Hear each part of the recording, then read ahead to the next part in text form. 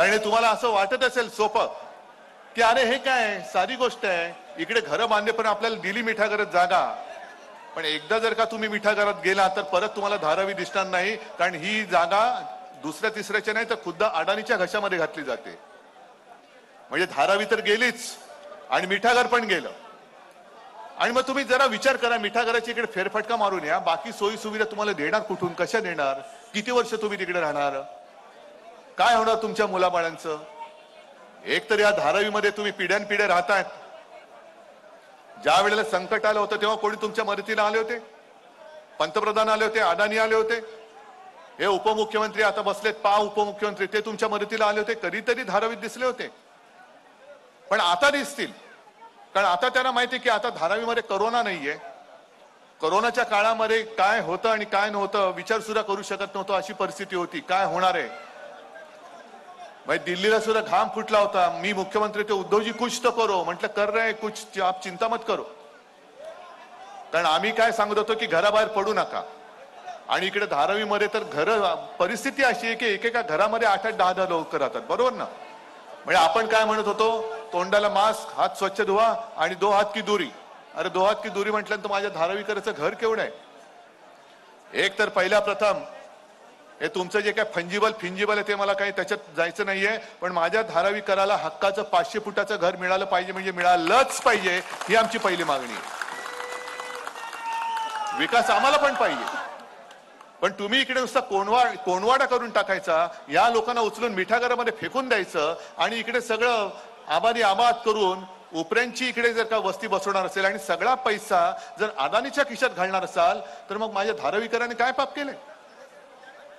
धारावीकरांनी काही गुन्हा नाही केलेला. इतके वर्ष ते ज्या एका या धारावीमध्ये राहिले, कशी होती धारावी, आता सुद्धा कशी आहे, ही आता हिला सोन्याची किंमत आली. पण मुंबईतने एक उद्योगधंदे घेऊन जात आहेत, डायमंड मार्केट घेऊन गेले, आणखीन सगळे ओरबाडून घेऊन जात आहेत आणि आता त्यांना ते कमी पडतंय म्हणून धारावीच्या विकासाबरोबर अख्खी मुंबई ते विकत्या अडाणीच्या खिशात घालायला निघालेले. आजच मी येताना वाचत होतो, वांद्रा रेक्लेमेशन साठी सुद्धा टेंडर काढलेली आहे आणि ते 3 टेंडर आहेत. कोणी त्याच्यात मी नावं वगैरे वाचले नाही, पण 100% आज लिहून घ्या की ते सुद्धा टेंडर अडाणीला मिळणार आहे. आज तारीखवार आणि वेळेनुसार लिहून घ्या. वांद्रे रेक्लेमेशनचं टेंडर सुद्धा अडाणीला मिळते की नाही बघा तुम्ही. इथे सुद्धा जो काही टेंडरचा घोळ झाला हा तुम्हाला माहिती आहे. आपलीच लोक घुसवायची, आपल्यामध्ये सगळं मॅनेज करायचं आणि बरोबर अडाणीला कसा फायदा होईल अशा पद्धतीने टेंडर देऊन टाकायचं. आपल्याला काय वाटतं, बघा टेंडर काढलं होतं आम्ही, पण करणार काय, क्या करे. अडानी का टेंडर सबसे अच्छा था तो हमको तो देना ही चाहिए.